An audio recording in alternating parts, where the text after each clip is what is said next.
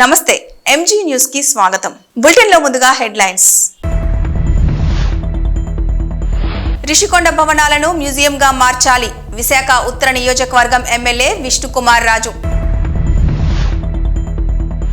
ముగిసిన శ్రీ అనంత పద్మనాభ స్వామి వారి జాతర ఉత్సవాలు. సహకరించిన అందరికీ ఆలయ సిబ్బంది ధన్యవాదాలు.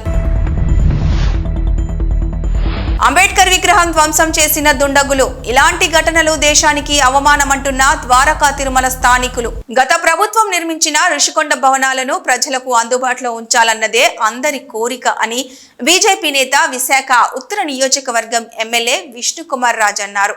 రిషికొండ భవనాలను మ్యూజియంగా మార్చాలని కోరుతూ బుద్ధిస్ట్ మాన్యుమెంట్ ప్రతినిధులు ఎమ్మెల్యే విష్ణుకుమార్ రాజుని కలిసి వినతి పత్రం అందజేశారు.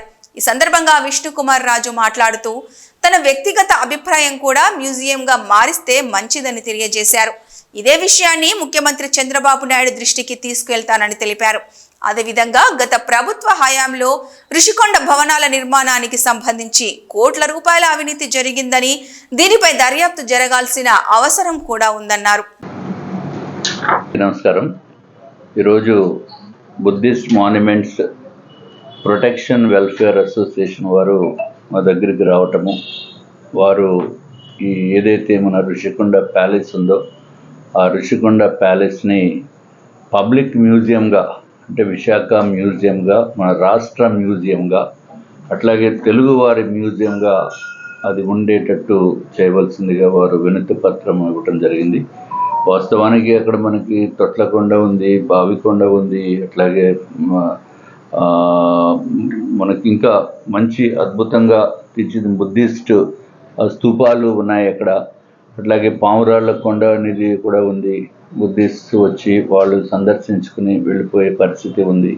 సో దాని మూలంగా ఇక్కడ కూడా ఆ బిల్డింగ్స్లో ఒక పార్ట్ 2లో ఈ బుద్ధిస్ట్కి సంబంధించినవి కూడా పెడితే బాగుంటుంది ఒక బిల్డింగ్లో అని చెప్పి వారు రిక్వెస్ట్ చేయడం గురించి రావటం జరిగింది. వాస్తవానికి విశాఖలో ఒక రాష్ట్ర మ్యూజియం ఉండవలసిన నెసెసిటీ ఉంది. తప్పనిసరిగా అది ఏదైతే ఋషికొండ ప్యాలెస్ చాలా ఎక్కువ డబ్బు వెచ్చించి అవినీతి చేశారు దాంట్లో.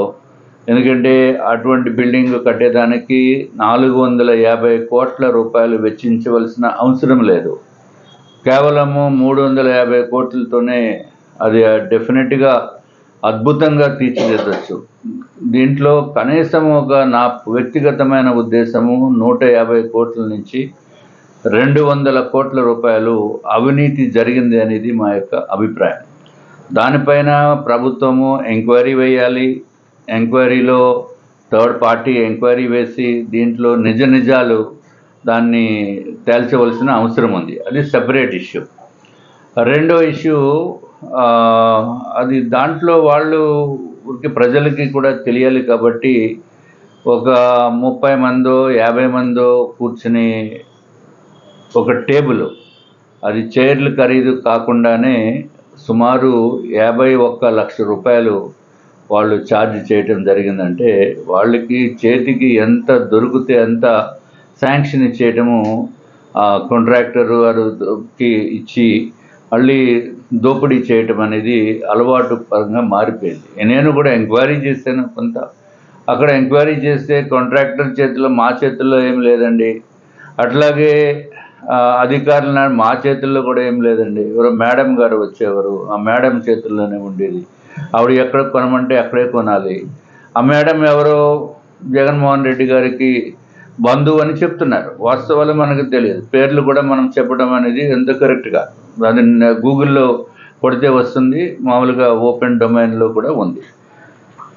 ఏది ఏమైనా విశాఖలో ఉన్న ఋషికొండ ప్యాలెస్ని తప్పనిసరిగా అది మ్యూజియంగా ఉంటేనే బాగుంటుంది అనేది మెజారిటీ ఆఫ్ ద పీపుల్ ఎవరైతే విశాఖ వాసులు ఉన్నారో, ఇది ఒకటే కాకుండా నేను మొన్న అసెంబ్లీ సమావేశాల్లో కూడా చాలామంది ఎమ్మెల్యేస్ని వారు వ్యక్తిగతమైన అభిప్రాయం తెలుసుకుంటే వారు కూడా ఇది మ్యూజియం కింద ఉంటేనే బాగుంటుంది.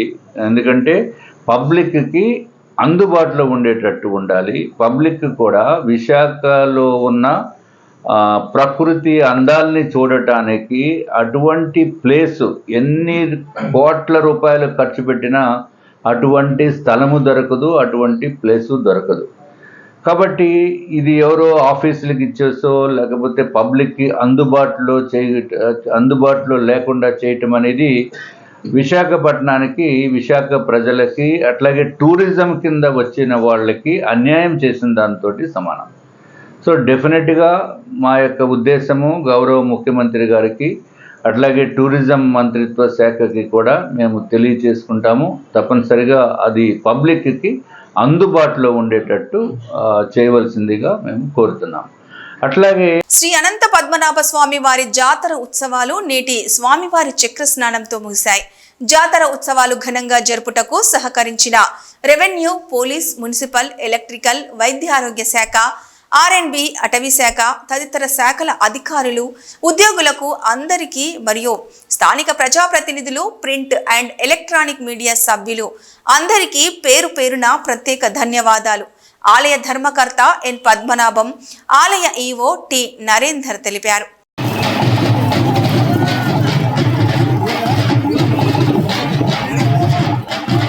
పెళ్లి కొడుకు మెడలో నుంచి నోట్ల దండను కొట్టేశాడు ఓ దొంగ.